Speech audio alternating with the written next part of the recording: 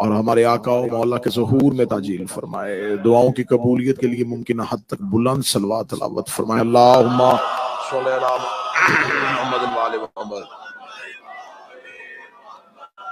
इजाजत है जिक्र शुरू किया जा सके। सिलसिला गुफ्तगू अपनी तमाम मनाजिल को तय करता करता बिल्कुल नताइज के करीब आ रहा है। लाइक रहा फिद्दीन, कोई जबरदस्ती नहीं है दीन में, कद तबय्यन रुश्द मिनल गई, और हिदायत को गुमराही से जुदा करके दिखा दिया गया है। हमने सिलसिला वार इस गुफ्तगू का आगाज किया। हिदायत क्या है, हादी क्या है, गुमराह क्या है, गुमराही क्या है। बात यहां तक पहुंची कि गदीर निसाब हिदायत का नाम है।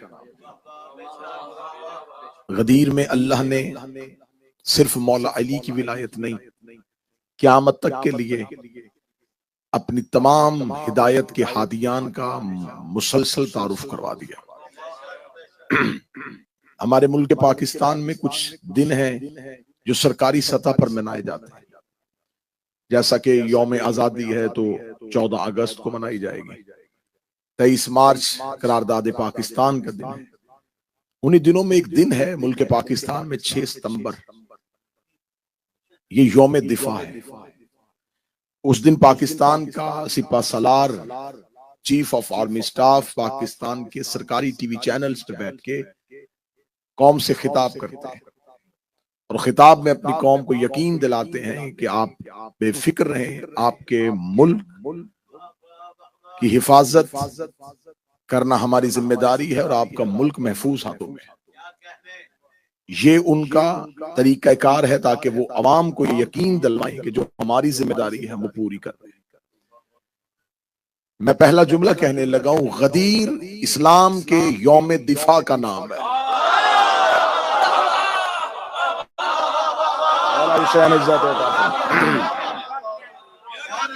गदीर इस्लाम का यौम दिफा। रसूल अल्लाह ने उम्मत को बता दिया कि क़यामत तक अब इस्लाम महफूज हाथों में। गदीर एक दिन का नाम नहीं, गदीर एक निजाम है, गदीर एक तसलसल है। लेकिन बादस गदीर उम्मत इतने टुकड़ों में तकसीम क्यों हुई? रसूल उम्मत छोड़ के गए थे, फिरके नहीं। रसूल अल्लाह अपने आखिरी हज में एक पूरी जमीयत, एक उम्मत छोड़ के गए थे, फिरके नहीं छोड़ के गए थे। तफरीक हुई नबी के जाने के बाद। और कल की गुफ्तगू में और परसों की गुफ्तगू में मैं मुसलसल आपके सामने गुजारिश कर रहा हूं। फसाद कहते हैं अली की दुश्मनी को, इस्लाह कहते हैं अली की विलायत। फसाद का अगर आप राग़िब इस्फहानी को उठाएं, अगर आप लुगात को उठाएं, डिक्शनरी को उठाएं, तो फसाद का जो तर्जमा किया गया है वो ये है कि किसी चीज को उसके मरकज से हटाने को फसाद कहते हैं। गदीर के बाद फसाद ये हुआ कि इस्लाम को उसके मरकज से हटा दिया गया। फसाद है अली की दुश्मनी का नाम, इस्लाह है अली की दोस्ती और अली की विलायत का। मैंने ज़ियारत जामिया का जुमला पढ़ा कि मौला फरमाते हैं कि अपनी इस्लाह करो हमारी विलायत के साथ। अब मैं सत्र कहने लगा हूं, जो बंदे पहला नतीजा सुनना चाहते हैं, मौला फरमाते हैं अपने अमाल की इस्लाह करो हमारी विलायत के साथ। हमारी विलायत के साथ अपनी इस्लाह करो, अपने अमलों से हमारी विलायत की सलाह न करो। जो हाथ उठ गया सैयदा, इस हाथ को हमेशा सलामत रखो। इस्लाह है अली की विलायत का नाम, इस्लाह करनी है अली की विलायत से। अली की विलायत की इस्लाह नहीं करनी, विलायत अली से ही अपनी इस्लाह करनी है। जो बंदे आज के रोशन ख्याल शिया हैं, मैं उनसे कहना चाहता हूं अज़ादारी से अपनी इस्लाह करें।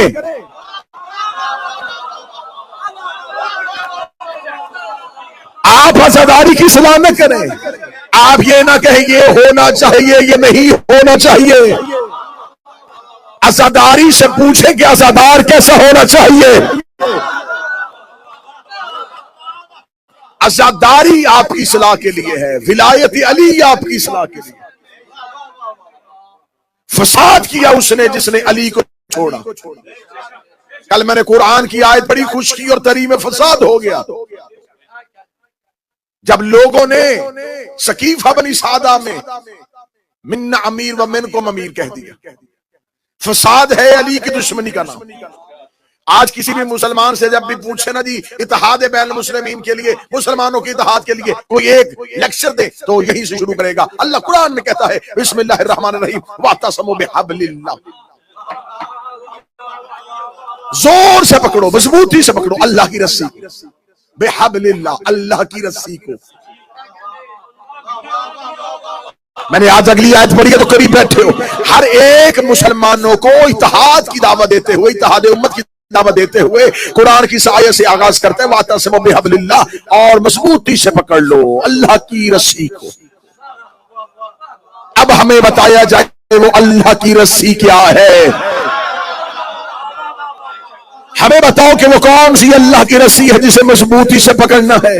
या तो ये कहा जाए कि कुरान ने कहा है अल्लाह की रस्सी, तो यकीनन खाने काबा में जो जंजीर लटक रही है ये अल्लाह की रस्सी होगी, क्योंकि मुझे हजरत आदम से लेके खातम तक, खातम से लेके 11वीं हुज्जत तक, 11वें से लेके 12वें की गैबत सुगरा से लेके गैबत कुबरा तक हमें तो आज तक नजर नहीं आया कि आसमान से लैलतुल कदर में कोई रस्सी लटक रही हो और उसे कहा हो कि इस रस्सी को पकड़ लो, इस रस्सी को मजबूती से थाम रखो। खुदा ने बिहब्लिल्लाह कहा है कि मजबूती से थाम लो अल्लाह की रस्सी को। वो अल्लाह की रस्सी कौन सी है? क्या वो नमाज है? क्या वो रोजा है? क्या वो ज़कात है? क्या वो हज है? मदीने की मस्जिद में एक शख्स ने नबी से पूछा या रसूल अल्लाह ना हब्लुल्लाह, हमें बताइए अल्लाह का हब्ल क्या है, या अल्लाह की रस्सी क्या है।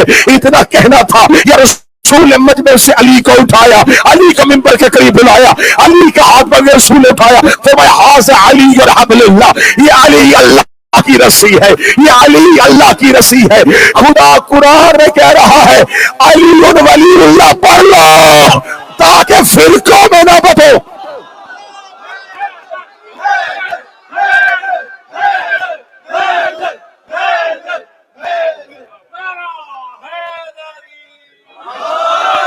इत्तेहाद उम्मत है अली की विलायत।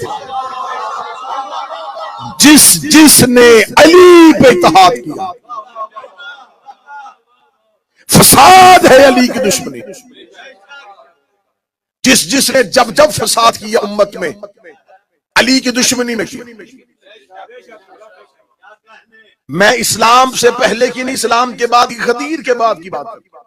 गदीर के बाद जब जहां उम्मत में फसाद हुआ दुश्मनी अली में, अली की दुश्मनी में फसाद करते करते यहां पहुंच गए कि अली के मुकाबले पे कुरान नेज़ों पे उठा कुरान नेज़ों पे। मैं नौजवानों के लिए पढ़ा सफीन में कुरान नेज़ों पे उठा। अमीर अल मोमिनीन ने अपने लश्कर में से कहा हमला करो। कहने कैसे हमला करें? कुरान से जंग करें, कुरान से जंग करें, सामने कुरान है। अमीर अल मोमिनीन ने फरमाया ये कुरान नहीं, क्योंकि इन्होंने कुरान को मरकज से हटा दिया है।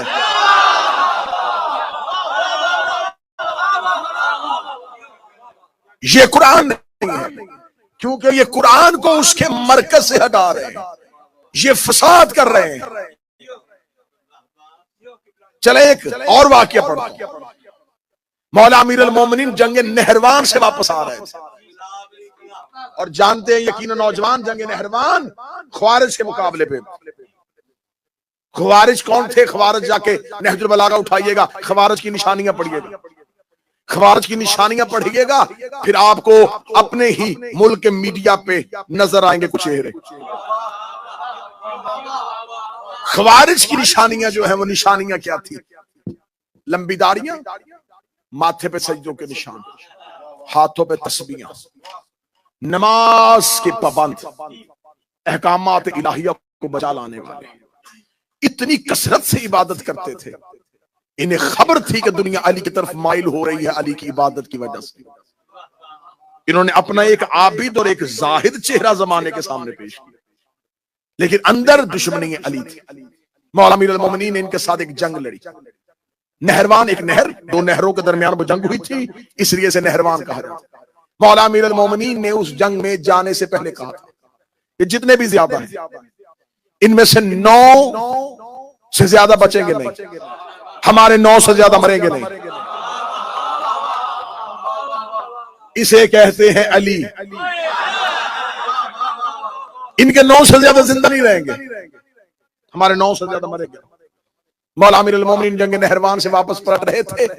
पलटते हुए अली बगदाद के करीब एक जगह है, उस मस्जिद को आज भी कहते थे मस्जिद बरासा। वहां पर अमीरुल मोमिनीन पहुंचे, ज़ोहरैन का वक्त। अली ने जोहर की नमाज पढ़ी। जोहर की नमाज पढ़ने के बाद जोहर की नमाज अदा हुई। अमीरुल मोमिनीन ने कहा उठो यहां से चलें।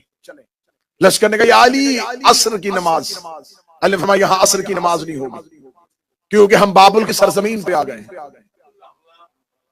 इस सरजमीन पे नबी और नबी के वसी नमाज नहीं पढ़ेंगे। ये कहना था मौला अमीरुल मोमिनीन था। मौला के लश्कर में जुमला ज़हन में रखना कि इस्लाह करो अपने अमाल की अली की विलायत के साथ। लोग अली के लश्कर में या अली हमें नमाज पढ़ने दीजिए। फरमा मैं कह रहा हूं कि यहां नमाज नहीं होगी। फौरन इब्लीस ने अली के लश्कर में एक खबर आम कर दी। देखा नहरवान में नमाज उस लड़के आया और अपने ही लश्कर को नमाज नहीं पढ़ने दे रहा। 100 के करीब दस्ता अली के सामने से निकल गया। या अली हम तो नमाज अदा करेंगे। फरमाया तुम्हें करनी है तो करो, मैं यहां अदा नहीं करूंगा। मौला अली के लश्कर में एक शख्स है जवेरिया। वो कहता मेरे जहन में ख्याल आया कि इन 100 के साथ नमाज पढ़ूं या अली के पीछे जाऊं। कहता अगले ही लम्हे में मैंने सोचा पढ़नी अल्लाह की है और ये अल्लाह का वली है। अमा अपनी इस्लाह करो अली की विलायत के साथ। नमाज है अल्लाह की, ये है नुमाइंदा इलाही, इसे छोड़ के कैसे नमाज पढ़ो। जवेरिया कहता है कि मेरा दिल बार बार डगमगाए, कभी जाए अल्लाह की तरफ, अल्लाह की तरफ से क्या जो इन्होंने अपनी मर्जी का अल्लाह बना था। हम इबादत कर रहे हैं अपने अल्लाह की। कभी ज़हन में सोचूं कि अल्लाह की इबादत करूं, कभी ज़हन में सोचूं अली के पीछे जाऊं। आखिर में ये बात इस नतीजे में पहुंच गया कि मुझे अली के पीछे जाना चाहिए। जवेरिया कहता मैं भी घोड़े पे बैठा, अली के पीछे मैंने चलना शुरू किया। अमीरुल मोमिनीन ने मस्जिद बरासा से बाहर अपना घोड़ा निकाला। अली ने सरपट अपने घोड़े को दौड़ाया। घोड़े को दौड़ाने के बाद बाबल के बाहर अली का लश्कर जा रहा था। अली अपने घोड़े को लेके जा रहे थे। जवेरिया कहता मैं ज़हन में मुतमिन होकर जा रहा था, कुछ नहीं होता, नमाज रह भी गई है, लेकिन जा तो अली के पीछे रहा, नमाज रह भी गई है, जा तो अली के पीछे रहा। अब मेरे इस अमल की जिम्मेदारी अली के कांधों पे, अली के कांधों पे, अली के कांधों पे है। मैं जुमला दुआए ज़हरा नॉर्थहैम्पटन में वाक़या नहीं पढ़ने लगा, मैं पूरी दुनिया में पैगाम नशर करने लगा हूं। जवेरिया कहता मेरी नमाज में ताखीर हो गई थी, लेकिन मैंने कहा हो गई है, लेकिन मेरा इमाम तो जानता है कि मेरी नीयत क्या है, मेरा इमाम मेरी नीयत जानता है। मैंने अपनी नमाज में ताखीर करवा ली, अली को न छोड़ा। मैंने नमाज में देर करवा ली, अपने इमाम को न छोड़ा। मैंने नमाज में देर करवा ली, अपने इमाम को ना छोड़ा, क्योंकि मैं नुसरत इमाम के लिए घर से निकला था। और शियो मातम नुसरत इमाम है।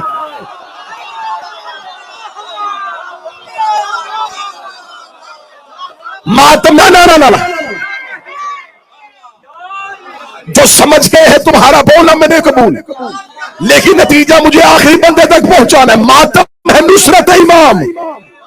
अगर कोई कहे कि नुसरत छोड़ो, नमाज में देर हो रही है,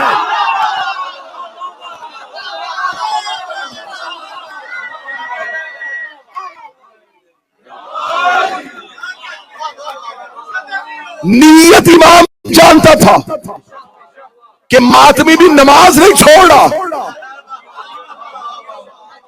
लेकिन क्योंकि उस वक्त वो नुसरत में खड़ा हो चुका है। जवेरिया कहता मेरे ज़हन में ख्याल आया कि नुसरत इमाम के लिए घर से निकला हूं। जंग करने निकला था ना, इमाम के लिए निकला था, नुसरत के लिए निकला था। तो कहता मैं नुसरत के लिए घर से निकला हूं, तो कहीं नुसरत में फर्क ना आ जाए, ये ना हो कि मेरी नुसरत में फर्क आ जाए और मैं इमाम को छोड़ दूं। वो कहता मैंने कहा देर हो रही है, लेकिन इमाम तो जानता है जवेरिया कहता मैं घोड़ा दौड़ाता रहा था और आसमान को देखता जा रहा था। यकलख्त आसमान पे शाम की सुर्खी छा गई, आसमान पे शफक की सुर्खी छा गई, मगरब का वक्त करीब आ गया। जवेरिया कहता मेरा दिल डोलना शुरू हुआ कि सिर्फ मेरी ही कज़ा नहीं हुई, अली ने भी अपनी असर कज़ा कर ली। अली की भी असर कज़ा हो गई, अली की भी असर कज़ा हो गई, अली की भी असर कज़ा हो गई। जुमला ज़हन में रखना, इस्लाह करो अपने अमलों की हमारी विलायत के साथ। जवेरिया कहता है कि अमीर अल मोमिनीन ने अपने घोड़े को रोका और मैंने आसमान की तरफ देखा, आसमान पे अंधेरा छाने के करीब आ गया, सूरज गरूब होता हुआ मगरब के सर रख रहा था। जवेरिया कहता मौला ने फरमाया जवेरिया जल्दी कर मेरे लिए वजू के लिए पानी लेके आ। जवेरिया कहता मैंने पानी मौला के करीब किया, मौला कहा जवेरिया अज़ान दे। मैंने कहा मौला मगरब का वक्त हो गया है, मौला मगरब का वक्त हो गया है, मौला असर अभी नहीं पड़ी थी या मगरब का वक्त हो गया है। इमाम ने कहा क्यों मगरब का वक्त हो गया है? जवेरिया मौला सूरज चला गया। इमाम ने मुस्कुराते कहा जवेरिया तू सूरज का गुलाम है या अली का गुलाम? तू सूरज का गुलाम है या अली का गुलाम है? जवेरिया कहता इधर अली ने यह जुमला कहा, डूबता हुआ सूरज।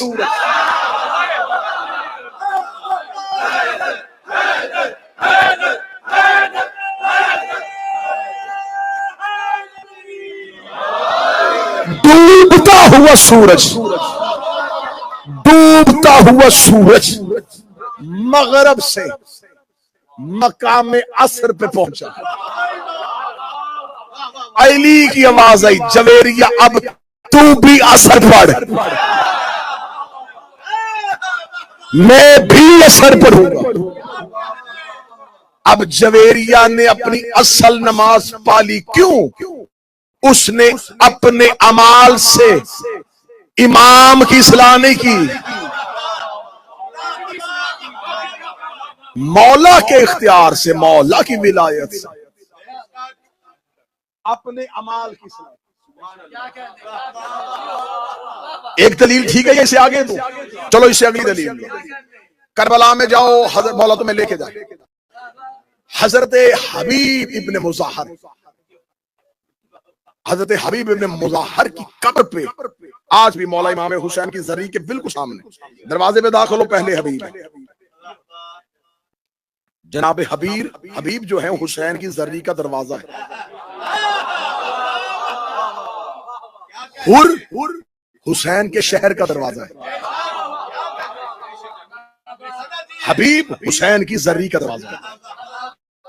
दरवाजे पे सोया हुआ ये हुसैन का गुलाम। आज भी हजरत हबीब इब्ने मुज़ाहिर की कब्र पे जाओ, हजरत हबीब इब्ने मुज़ाहिर की कब्र के ऊपर वो खत लिखा है जो हुसैन ने हबीब को लिखा था। अब मैं किताबों में तो सब किताबों में लिखा था, मैं किताबों के नाम लेता तो मैं बहुत से नाम ले सकता था, लेकिन मैंने किताबों से ज्यादा बेहतर मजबूत रेफरेंस तुम्हें दे दिया कि ये खत कब्र हबीब पे लिखा हुआ। कब्र हबीब के ऊपर आज भी वो खत लिखा है जो हुसैन इब्ने अली ने जनाब हबीब इब्ने मुज़ाहिर को लिखा था और कूफा से उनको बुलवाया था। उसका पहला जो खिताब है हुसैन इब्ने अली का वो है अस्सलामु अलैका या रजुलुल फकीह। सरना हलाओ, मैं जिगर का लहू दे रहा हूं। हबीब इब्ने मुज़ाहिर को लिखा हुसैन इब्ने अली ने, ए मर्दे फकीह, हम मानते हैं उसे जिसे हुसैन फकीह कहते हैं।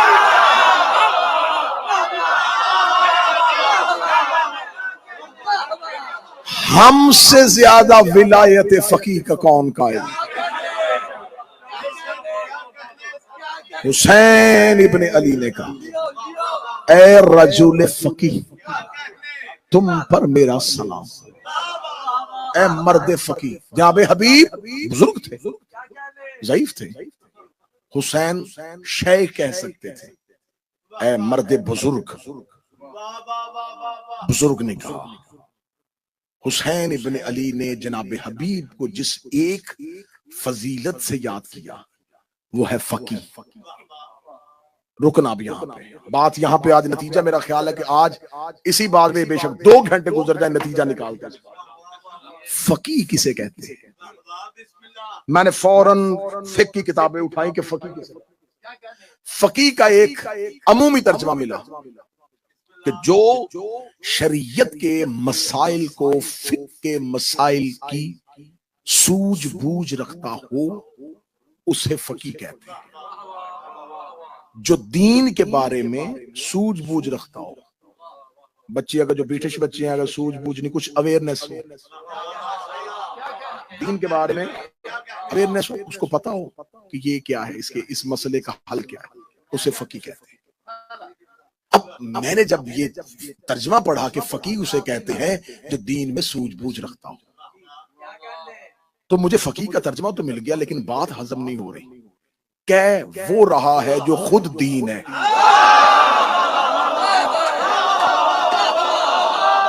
क्या वो मौला हुसैन सलाम।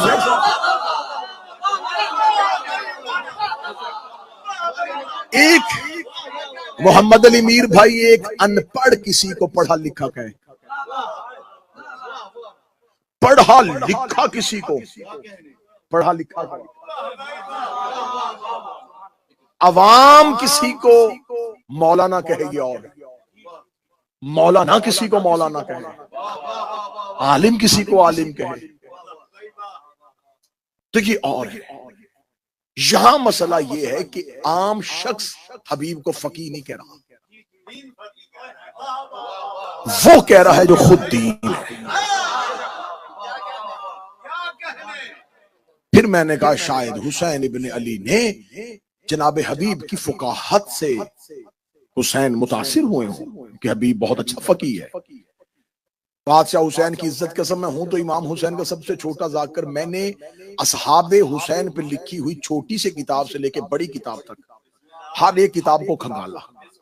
ये राज मुझे 2 साल पहले मिला था जब मैंने असहाबे हुसैन पे एक अशरा पढ़ा था। मैंने 10 मजालिस पढ़ी थी असहाबे हजरत इमाम हुसैन पे कि इमाम हुसैन के असहाब में क्या क्या खासियत और क्या क्या फजीलत थी। जब मैं हजरत हबीब इब्न मुजाहिर पे अपनी रिसर्च कर रहा था, तो मैंने जब मर्द फकी पे आया तो मैंने पहले फकी का तर्जमा पढ़ा। तर्जमा पढ़ने के बाद फिर मैंने कहा यकीनन जनाब हबीब जो है वो अपने दौर में बहुत बड़े फकी होंगे और हुमायूं हुसैन उनकी फजीलत से मुतासिर होंगे। मैंने हबीब की पूरी जिंदगी सवाने हयात पढ़ी। मुझे हबीब की हर सवाने हयात में कहीं भी एक वाक्य नहीं मिला कि हबीब कूफे में बतौर फकी मशहूर हो। बहुत से लोग थे, मुफस्सिर कुरान भी थे, बहुत से लोग थे, लेकिन जनाब हबीब फकीह के लिहाज से अपने शहर में मशहूर ही नहीं थे। तो जब हजरत हबीब फकीह के लिहाज से मशहूर नहीं थे, हुसैन ने मर्द फकीह क्यों कहा? फिर मैंने ढूंढना शुरू किया कि शायद फकीह उस दौर में इसका तर्जमा और हो और इस दौर में और। मुझे फकीह का तर्जमा ढूंढते ढूंढते ढूंढते मरअशी नजफी तुम में आलिया के जनाब मासूमा के हर्रम में मदफन वो आलिम दीन जिसने पूरी जिंदगी हर्रम में मासूमा में नमाज पढ़ाई, जिसकी लाइब्रेरी आज भी तौलाबे कुम के लिए एक इदारा है। सबसे बड़ी लाइब्रेरी मजहब जाफरिया के उलमा में से आकाए मरअशी की है। मरअशी ने फकीह की तारीफ करते हुए इन तमाम तारीफों से अलहदा एक इस्तिलाह पेश की। उन्होंने कहा फकीह उसे कहते हैं जिसके सामने एक वक्त में 2 अमल आए और उससे ये खबर हो कि इनमें से पहले क्या करना है।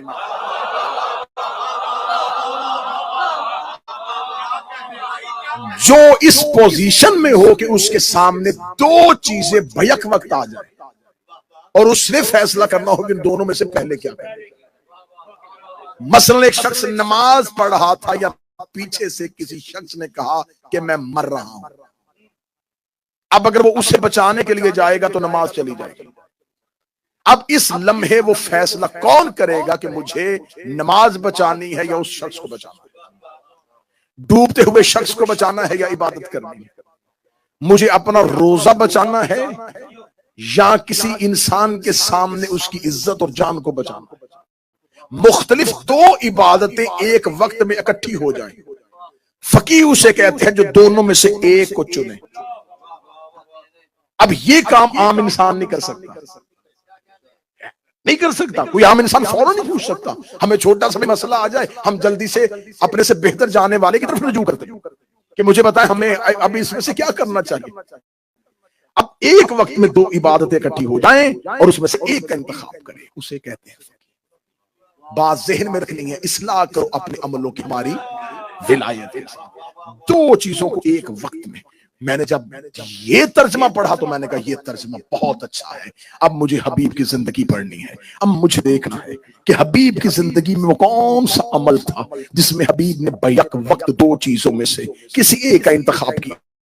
सवाने हयात को खोला, हबीब का बचपन पढ़ा, हबीब की जवानी पढ़ी, हबीब की रसूल से मोहब्बत, हबीब की अली से मोहब्बत, हबीब की हसन से मोहब्बत, हबीब की से मोहब्बत, कूफा में जनाब हबीब के पूरी की पूरी सवाने हयात, जनाब हबीब की जिंदगी के मुकम्मल हालात का बगौर जायजा लेने के बाद मुझे कहीं भी ऐसा नहीं मिला हबीब की जिंदगी में कोई ऐसा वाकया रूनुमा हुआ। लेकिन जब मैं पहुंचता असरे अशूर पे पहुंचा, सुनना सुनना सुनना सुनना नतीजा सुना, असरे अशूर पे पहुंचा तो अब दो लोग हैं जो नुसरत इमाम के लिए कूफा से एक ही वक्त में आए हैं। एक जनाब सईद इब्ने अब्दुल्ला और एक जनाब हबीब इब्ने मुज़ाहर।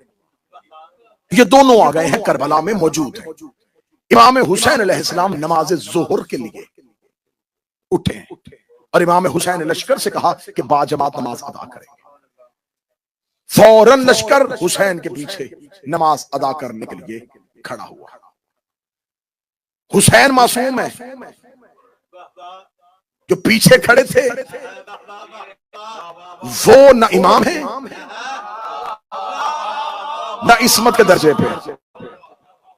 कोई भी फुरात की तरफ वजू के लिए नहीं भागा।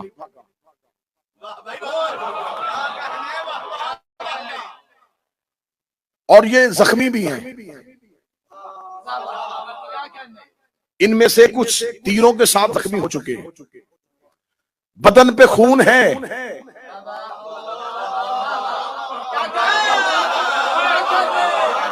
और वो हुसैन के पीछे अताअत हुज्जत के लिए खड़े हो रहे। जनाब सईद ने हजरत हबीब से कहा, हुसैन का दुश्मन बड़ा शातिर और मलाउन है, ये इंतजार कर रहा है कि हुसैन नमाज बाजमात करवाए और हमें खौफ है कि ये मलाउन नमाज हुसैन का एहतराम नहीं करेंगे और ये नमाज पे हुसैन पे हमला कर देंगे। हबीब ने सईद से पूछा फिर क्या करना चाहिए। उसने कहा क्या ही अच्छा हो कि हम बवक्त नमाज इमाम हुसैन के दिफा के लिए आगे खड़े हो। सुनना, जनाब सईद मौला हुसैन के पास पहुंचे। इतनी जुर्रत भी नहीं कि आके इमाम से कहे कि मौला, क्योंकि वो इख्तियार इमाम से वाकिफ है कि हमारे इमाम को हमारे दिफा हम इमाम के सामने जिरा बन के खड़े हो। अब डर भी रहे हैं और अपने दिल के हालात भी बताने हैं। इसे कहते हैं हुज्जत के नौकर, इन्हें कहते हैं अलैहिस्सलाम। आके जनाब सईद ने ये नहीं कहा कि मौला हमें डर है कि कहीं दुश्मन आपको कत्ल ना कर दे तो मैं आपके आगे खड़ा हो जाऊं, इसे भी तौहीन समझ रहे थे। आगे इमाम के सामने कहेंगे मौला एक शरई मसला पूछना है। इमाम ने फरमाया कौन सा मसला। जनाब सईद ने कहा मौला अगर कोई खाना काबा का दिफा करता हुआ काबे को पुष्ट दिखाए। कहां चले गए यार, हुसैन का वास्ता जागो। अकलीम भाई, अगर कोई दिफाए काबा करता हुआ खाना काबा को पुष्ट दिखा दे तो ये उसका अमल क्या होगा। इमाम उसके अंदर का सवाल जान गए। इमाम का जवाब सुन गया। इमाम ने कहा हाँ, अगर मकसद दिफाए काबा हो तो इस अमल की जजा उससे भी ज्यादा बेहतर है।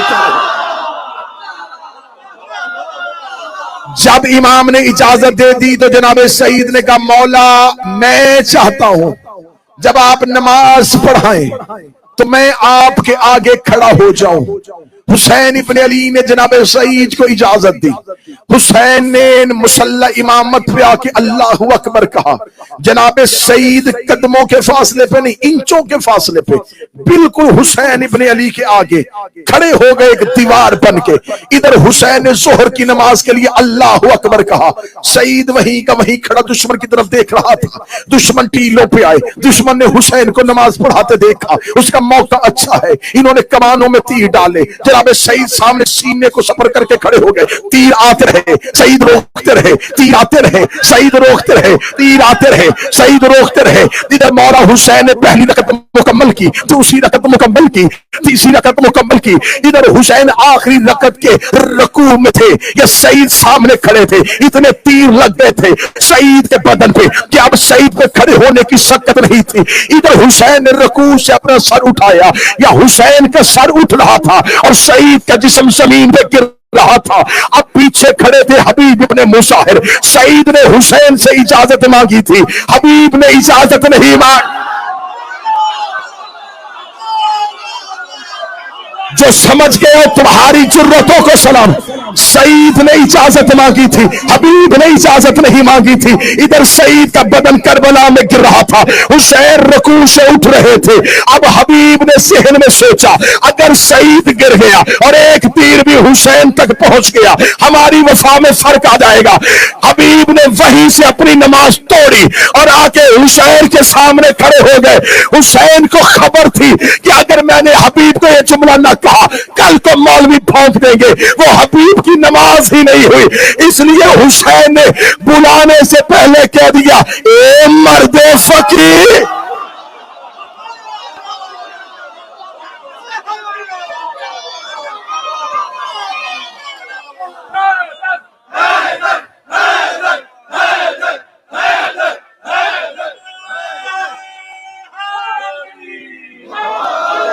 हुसैन जानते थे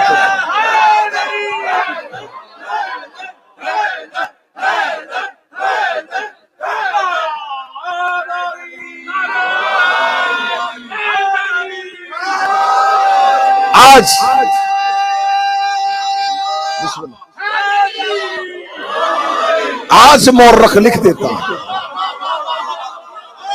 कि हबीब की करबला में एक रकत रह गई थी।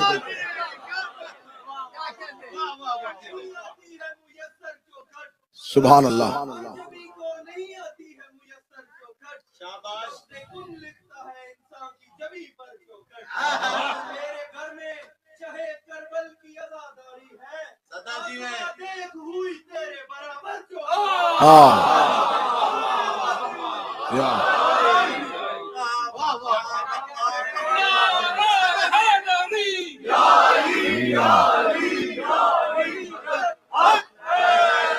सैयदजादा है, फकीर का बेटा है, उसने शेर पढ़ा है। उसने कहा है कि ऐ आसमां तेरे बराबर चौखट नहीं, आसमान से अफजल चौखट, क्योंकि यहाँ वाले वहां जाने की तमन्ना नहीं करते, वहां वाले यहाँ, उधर वाले इधर आते हैं। किताबों में है कि फरिश्ते मलाइका अल्लाह से कहते हैं, जहां जमीन पे मजलिसे हुसैन होती है, मलाइका परवरदिगार से कहते हैं, मेरे अल्लाह हमारी सारी इबादत ले ले, हमें एक बार इस महफिल में जाने दे।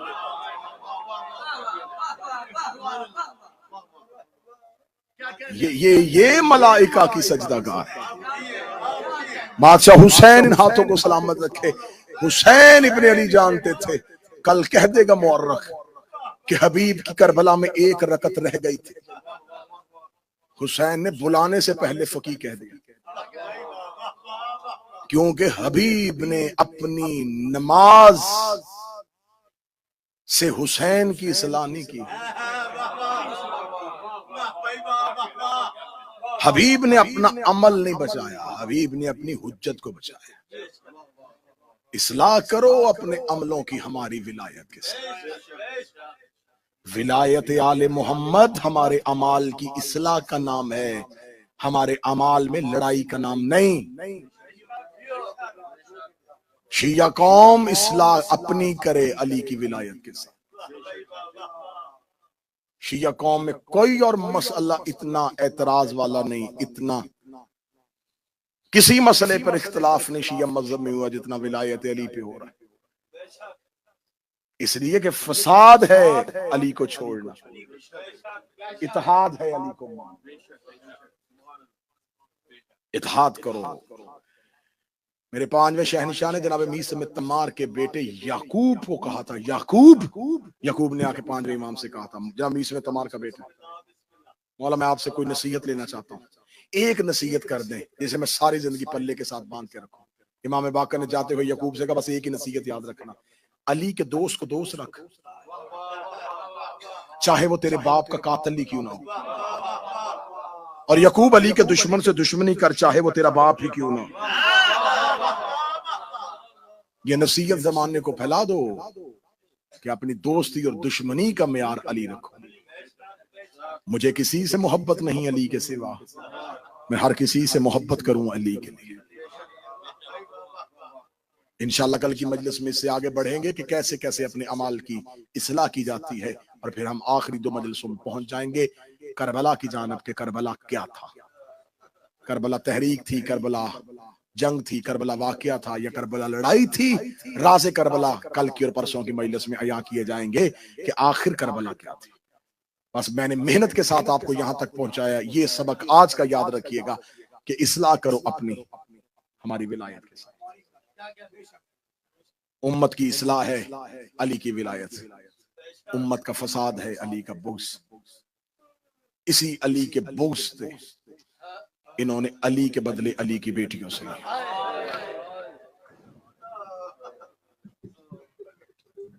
मैं हर रोज भी ये जुमला पढ़ूं और आप हर रोज भी मातम करें तो हर रोज इस जुमले की कीमत नहीं पूरी हो सकती। इन्होंने अली की कलाई का बदला सकीना के रुखसार से लिया।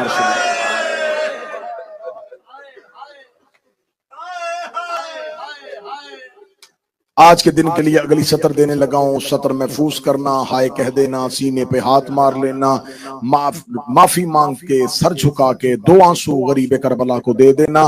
इन्होंने हसन की तहरीर का बदला कासिम के बदन से लिया।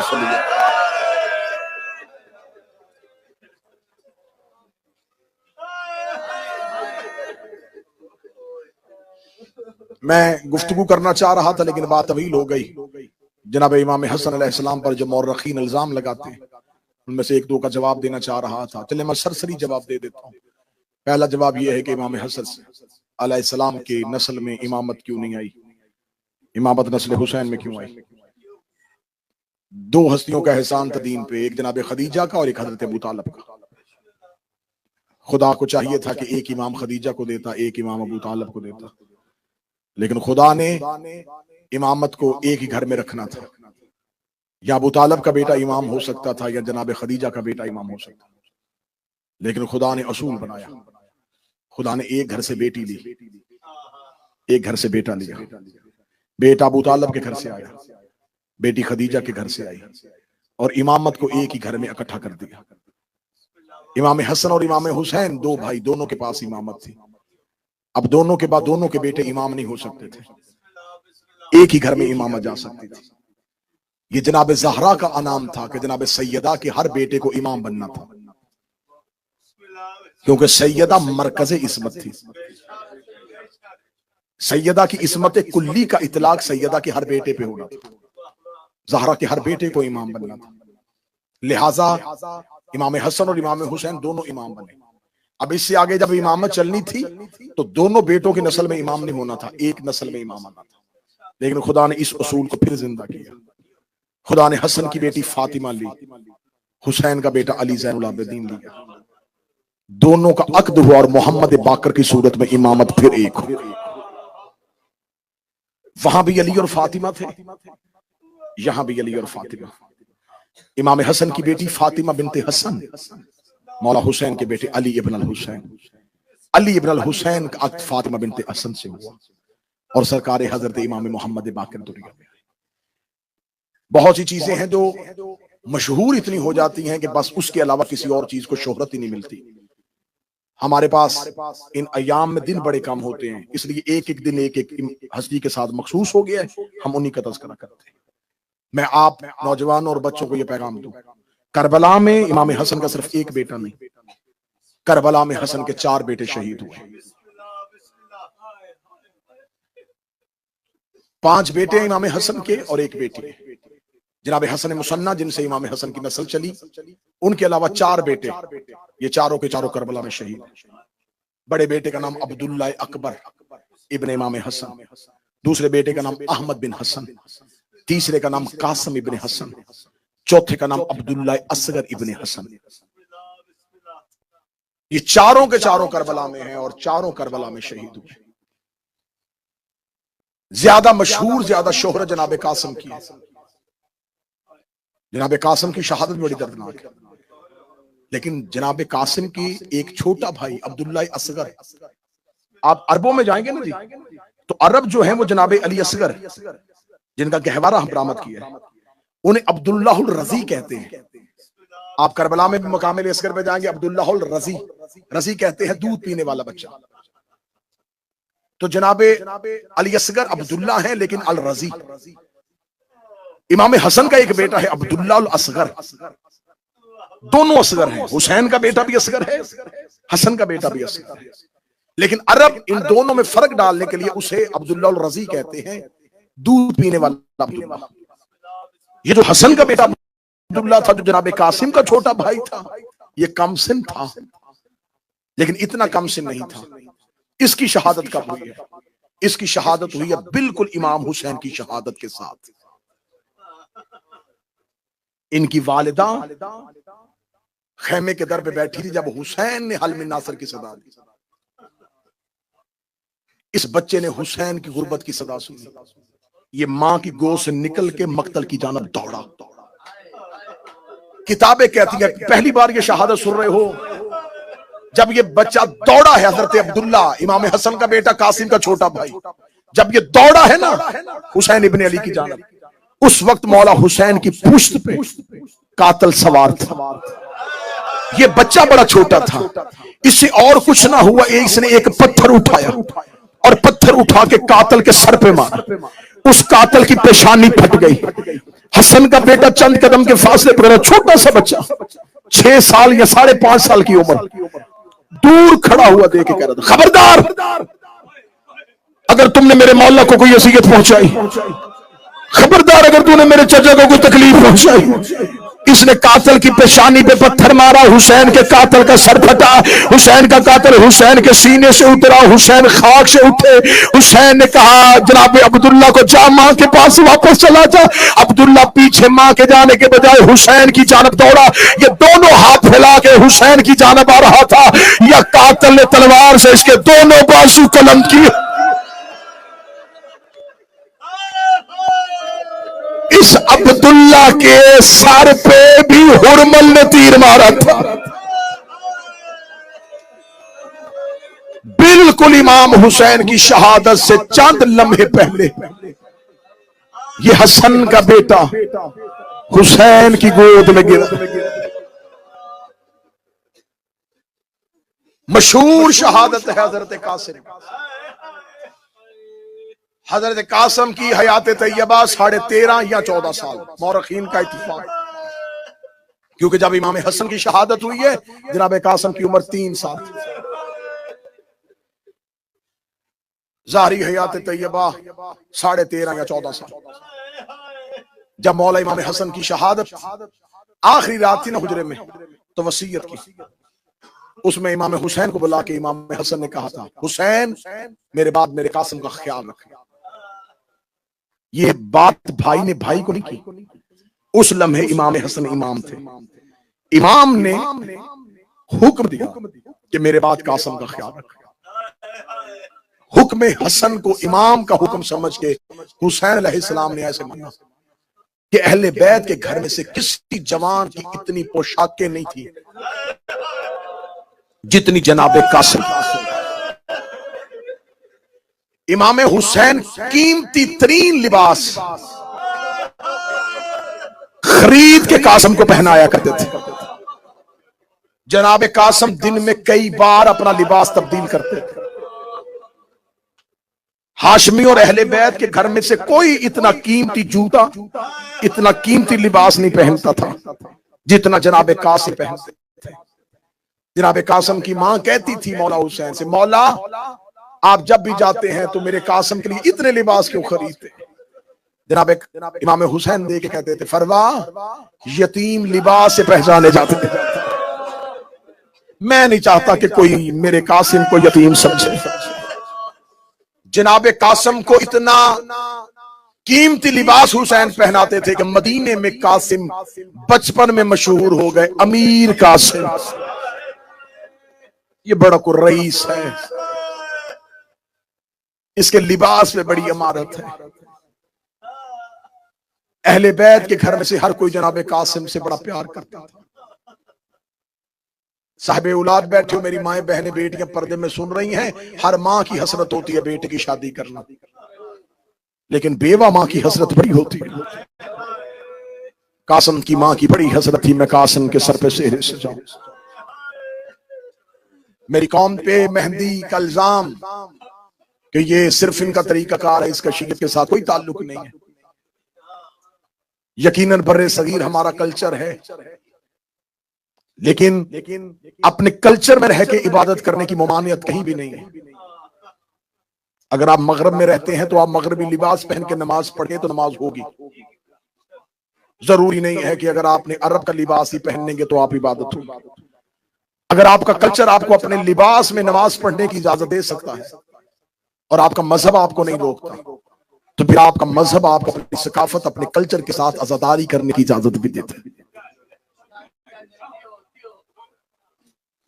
अगर अरबों में ढोल के साथ गम मनाया जा सकता है, शहनाई के साथ गम मनाया जा सकता है, तो हम पर जो इल्जाम लगाते हैं ना, ये जो काम तुम करते हो, ये नजफ और करबला में तो ये अमल नहीं होता। तो नजफ और करबला में तो शहनाइयों के साथ मातम हुसैन, लेकिन हमारा कल्चर उस बात की इजाजत नहीं देता, क्योंकि हमारे यहाँ ये शहनाई, ये ढोल, ये सारी रसूमात जो है वो खुशियों के साथ। अरबों की यहाँ शहनाई का ताल्लुक गम के साथ भी है, उनके यहाँ ढोल का ताल्लुक मुनादी के साथ है, निदा के साथ है, लोगों को इकट्ठा करने के लिए। लिहाजा जब वही हमारे कल्चर में आता है तो वो एक खुशी की रस्म बन जाता है, लेकिन वही फेल जब अरबों में जाता है तो वो गम के लिए। लिहाजा अब ईरानियों के यहाँ तस्वीरें मुसव्वरी करके अज़ादारी करना राइज है। मैं कई साल से करबला में हूं, करबला में बाकायदा अयाम अज़ाम शबीहें बनाई जाती, किसी जवान को जनाब कासिम की शबीह बना दिया जाता है। ऐसा काम हम अपने कल्चर में नहीं कर सकते, क्योंकि हमारी अकीदत इस बात की इजाजत नहीं देती कि हम किसी इंसान की निस्बत भी उनके साथ दे दें। लिहाजा जब वो काम करते हैं जिसका हमारा कल्चर इजाजत नहीं देता, फिर किसी मौलवी को तकलीफ नहीं होती। लेकिन जब हम कोई अमल करें तो फौरन कहते दी ऐसा तो है ही नहीं। आज भी करबला में चले जाओ, आज भी खैमा गाह में जनाब कासिम का जो हुजरा है उसके ऊपर लिखो हुजरा अरूसी, शादी वाले दूल्हे का हुजरा। आज भी जनाब कासिम के नाम की मेहंदियां 7 मुहर्रम, मैंने 1 साल करबला में कब्र हुसैन पे अशरा पढ़ा है। 7 मुहर्रम हर गली में छोटी छोटी बच्चियां हाथों में कासिम की मेहंदियों की रोशनियां लेके बैठे। ये आजादारी उन हसरतों की तस्कीन है जो अहले बैत की थी। हम सबीले क्यों लगाते हैं कि उन्हें पानी नहीं दिया? उनकी हसरत थी कि पानी मिले, हसरत थी कि ख़याम तक खाना पहुंचे, हसरत थी कि अब्बास का अलम उठे। जो करबला वालों की हसरतें थी हम अज़ादारी से पूरी कर रहे हैं। तो कासिम की मेहंदी कासिम की मां की हसरत थी, हसरत थी कि मेरे लाल की मेहंदी उठे। लिहाजा कोई शिया मेहंदी को कभी भी बिदअत ना समझना। इसकी अज़ादारी की तरवीज के लिए अपना अमली किरदार अदा किया करो, जितना बेहतर से बेहतर हो सके करो। रोते रोते जनाब कासिम आए हैं करबला में इमाम हसन हुसैन के पास, आके कहते मौला मुझे मरने की इजाजत है। ज्यादा पढ़ गया मैं बिल्कुल करीब से शहादत शुरू करने लगा हूं, वरना 35-40 मिनट है जनाब कासिम के दर्द पढ़ने के लिए। मौला मुझे मरने की इजाजत दे, क्योंकि शब अशूर जब ख्याम का पहरा दिया जा रहा था, अली अकबर और अब्बास खेमे का पहरा दे रहे थे। अली अकबर कह रहे चाचा सुबह सबसे पहले मैदान में मैं जाऊंगा। अब्बास कहते थे ना अकबर सुबह सबसे पहले तू न जाना, तेरे जाने से तेरे बाबे की आंखों का नूर चला जाएगा, सुबह सबसे पहले मैदान में मैं जाऊंगा। अली अकबर कहते ना चाचा अब्बास सुबह सबसे पहले आप न जाइएगा, आपके जाने से मेरे बाबा हुसैन की कमर झुक जाएगी। एक कहता था कमर झुकेगी, एक कहता था आंखों का नूर जाएगा। दोनों ख्याम का पहरा दे रहे थे, या एक खेमे का पर्दा उठा, एक 13.5 साल का शहजादा दौड़ता हुआ बाहर आया, दोनों के घोड़ों के सामने आके छोटे छोटे हाथ जोड़े, रो कहता ना चाचा अब्बास तू जाना, ना भैया अली अकबर तू जाना, तेरे जाने से कमर झुकेगी, तेरे जाने से आंखों का नूर जाएगा, सुबह सबसे पहले मक्तल में मैं जाऊंगा।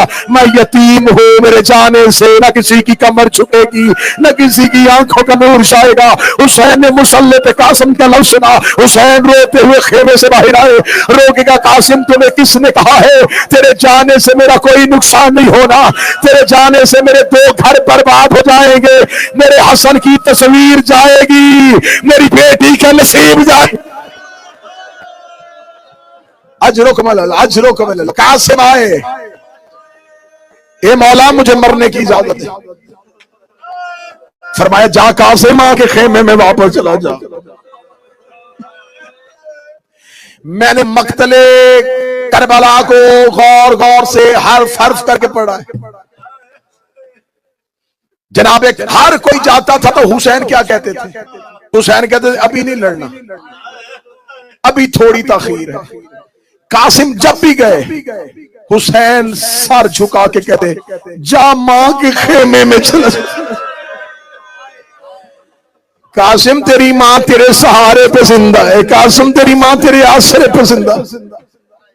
आखिरी बार जनाब कासिम आए, इमाम हुसैन ने कहा मां के खेमे में वापस चले जा। जनाब कासिम आए, अम्मा 7 बार गया हूं, मौला मुझे मैदान में नहीं भेज रहे। जनाब फरवा ने सर पे चादर ली, कासिम का हाथ पकड़ा, हुसैन के खेमे में गई। जनाब फरवा को आते हुए देखा, बड़ा एहतराम था हुसैन की नजर में जनाब हसन की ज़ौजा का।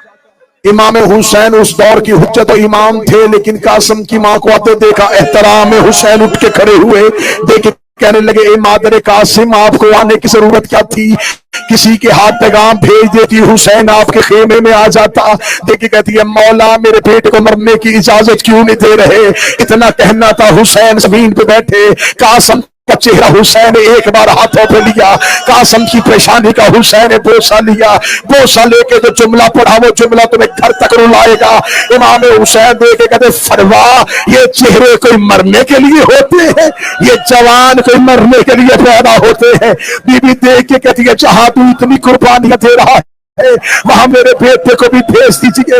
ये कह के बीबी फरमा ने कासिम के बाजू से तमीज खोला, तमीज खोल के हुसैन के हाथ में रखा।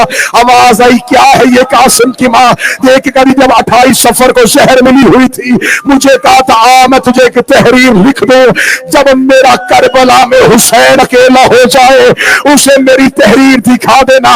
मुद्दत के बाद भाई ने भाई का खत पढ़ा, उसके अंदर हसन लिखा था हुसैन करबला में कासिम मेरा हिस्सा समझ के, करबला में कासिम को मेरा हिस्सा समझ के कुर्बान कर दो। हुसैन ने भाई की तहरीर पढ़ी, आंखों से लगा, तहरीर पढ़ने के बाद आंखों से लगा के हुसैन की आवाज आई, कासिम की मां मैं कासिम को तैयार करता हूं, रुका हूं ताकि सांस लो, अगली सतर सुना और घर तक रोना। हरफ हरफ का दामन, लफ्ज लफ्ज का दामन, जिसे 14 साल अकलीम भाई कीमती से कीमती कुर्ते पहनवाए। अब हुसैन मक्तल पे कासिम को भेजने लगे हैं। मैंने मक्तल को बगौर पढ़ा है कि हुसैन ने खुद कहा मैं तैयार करूंगा। हुसैन ने कासिम को अपने हाथों से खुद तैयार किया है, अकबर को अकबर की मां ने तैयार किया है, औना मोहम्मद को औना मोहम्मद की मां ने तैयार किया है, असगर को बीबी रुबाब ने तैयार किया है। हुसैन ने कहा कासिम को मैं तैयार करूंगा। हुसैन खैमे का पर्दा गिराया। हुसैन ने कोई कीमती कुर्ता नहीं, हुसैन ने कफन कासम को पहनाना शुरू किया। हुसैन ने जिंदा कासम को कफन पहनाया। हुसैन ने कासम के सर पे तातुल हनक बांधी। ये करबला का पहला शहीद है जो मक्तल में कफन पहन के गया। उल्मा कहते हैं कि इसकी वजह यह है, दो वजूहात उल्मा ने लिखी। उनका पहली ये, हुसैन को खबर थी कि कूफी और शामी जानते हैं कि कासिम का लिबास कीमती होता है, कहीं ये कासिम का लिबास न लूटे। दूसरी वजह यह थी कि हुसैन जानते थे इल्म इमामत के साथ कि कफन हमेशा जनाजों को पहनाया जाता है। इस गरीब की लाश के टुकड़े उठाने हैं। हुसैन ने खेमे से कफन पहना के भेज। कासिम के गिरेबान को चाक किया, तातुल हनक बांधी। जनाबे अब्बास ने हाथों से उठा के घोड़े की जीन पे कासिम को रखा। कासिम मां को विदा करने के लिए खेमे में गए। जिसने रोना है वो ज़हन में सोचे, अगर अल्लाह न करे, अल्लाह न करे, अल्लाह न करे, किसी मां के सामने उसका बेटा कफन पहन के खड़ा हो। कासिम कफन पहन के मां के खेमे में आए। जनाब फरवा की आंखों पे अंधेरा छा गया। कासिम ने अली की बेटियों से विदा किया। शहजादा कासिम घोड़े की सीन में बैठा था। मक्तल कहती है ये पहला शहीद था जिसने कफन पहना। दूसरी खासियत, दूसरी निशानी ये करबला का पहला शहीद था जिसके पांव रकाब तक नहीं जा रहे थे। अरबों को पता ही नहीं था कि इतनी उम्र के बच्चे भी मैदान में जाते हैं। हर रकाब कासिम के कद से ज्यादा लंबी थी, रकाब तक पांव नहीं थे। जनाब अब्बास ने कासिम के घोड़े की सीन पे बिछाए। जनाब कासिम ने मक्तल पे आके पहला रज्स पढ़ा। जनाब कासिम ने कहा, जिसने हसन की जंग देखनी हो, मैं हसन का बेटा हूं, मैं मुस्तफा का बेटा हूं, मैं खदीजा का बेटा हूं, मैं अबू तालिब का बेटा हूं। जनाब कासिम का एक रोबदार रज्स है जो करबला में जनाब कासिम ने पढ़ा। अरज़क नामी मलाऊ ने अपना पहला बेटा भेजा, कासिम ने फिन्नार किया। इसने दूसरा भेजा, कासिम ने फिन्नार किया। 4 बेटे अरज़क के जनाब कासिम ने एक हाथ से फिन्नार किए। ये खुद भी फर्द हुआ सामने आया। जनाब कासिम ने एक लम्हे में इसे वासले जहन्नम किया। 4 अरज़क के बेटे अरज़क को कत्ल करने के बाद जनाब कासिम ने घोड़े को एड़ लगाई। वहां गया जहां टीले पे हुसैन बैठे थे। हुसैन के पास जमीन पे बैठ के कहता, चचा मुझे प्यास लगी है। हुसैन ने अपनी अंगूष्ठी निकाल के कासिम की जुबान पे रखी। जनाब कासिम फिर घोड़े की जीन पे आए। कासिम ने दोबारा हमला करना शुरू किया। फिर जनाब कासिम ने इतना जोरदार हमला करके अब कासिम हुसैन के पास नहीं, अब अब्बास के पास आए हैं। आके कहते हैं, चचा गाजी मुझे बड़ी प्यास लगी है।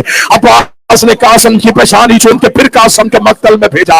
अब्बास टीले पे खड़े अपने लायक भतीजे की जंग देख रहे थे, या एक मलौन बजर इब्ने काब देख रहा था। जनाब कासिम का घोड़ा इसके करीब से गुजरा। इस मलौन ने अपना नेजा कासिम की पुश्त में मारा। कासिम की पुश्त से नेजा निकल के कासिम के सीने से निकला। जनाब कासिम ने घोड़े से कहते, चचा मैं गिर गया।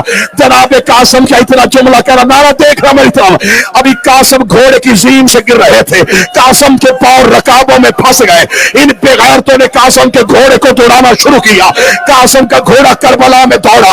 हुसैन टीले से भागे। हुसैन लश्कर में देख के कह रहे थे, और मेरा भतीजा अकेला रह गया, और मेरा यतीम अकेला रह गया, और मेरे हसन की तस्वीर अकेले। हाय हुसैन के, हाय हुसैन, हाय हुसैन। मेरे हसन की तस्वीर अकेली रह गई। नाना मेहंदी तब आएगी जब हर बंदे का हाथ उसे के लिए उठेगा। मैं तो अभी रवायतें छुपा रहा हूं, वो पढ़ूंगा तो तुम्हारा जिगर न फट जाए। मौला हुसैन नशे में पहुंचे। हुसैन पहुंचे, लश्करों का बादल था कासिम के ऊपर। हुसैन लश्करों को हटा रहे थे। लश्कर दौड़े। हुसैन ने एक दफा मक्तल में देखा, हुसैन को हसन का यतीम नजर ना आया। हुसैन ने करबला में भागना शुरू किया, दौड़ दौड़ के हुसैन कासिम को ढूंढ रहे थे। कासिम चचा लेने आया है, एक कासिम मुझे आवाज दे, बाबा लेने आया है। जब कहीं से आवाज ना आई, हुसैन ने दोनों हाथ कानों पे रखे, आवाज आई, कासिम मैं इमाम बन के बुला रहा हूं। कोई टुकड़ा उधर से उठा, कोई टुकड़ा इधर से उठा, आवाज आई, बाबा तेरा कासिम तकसीम हो।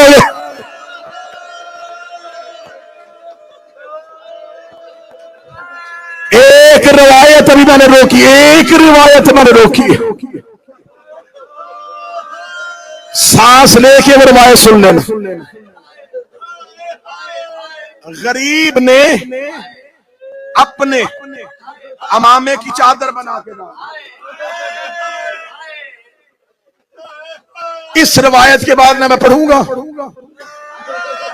ना इस रिवायत के बाद तुम सुन सकोगे।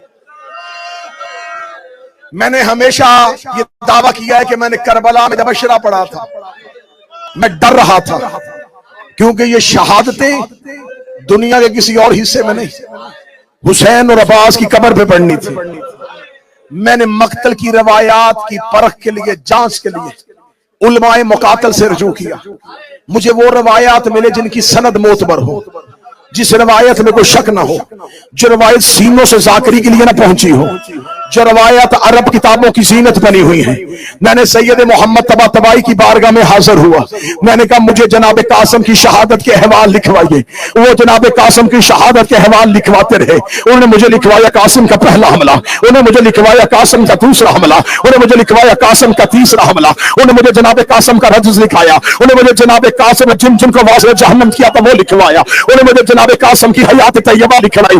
लिखते लिखते ये बारका है दुआ ज़हरा, जनाब ज़हरा के घर में इन 14 की कचहरी में खड़ा होकर कह रहा है, जब मैंने पूरी लिख ली शहादत के बाद मैंने कहा केवला हम पाकिस्तान और पर सगीर वाले पढ़ते हैं कि हुसैन ने कासिम की लाश के टुकड़े चुने थे, कासिम की लाश के टुकड़े चुने थे, कासिम की लाश के टुकड़े चुने थे। हुसैन खेमे में भतीजे की लाश के टुकड़े लाया था। उन्होंने रो के मुझसे कहा, क्या तू अरबों के घोड़ों को जानता था? अरबों के घोड़ों के सुम्मों का वजन क्या होता था? मैंने कहा फिर हुसैन गठड़ी में क्या लेके आया था?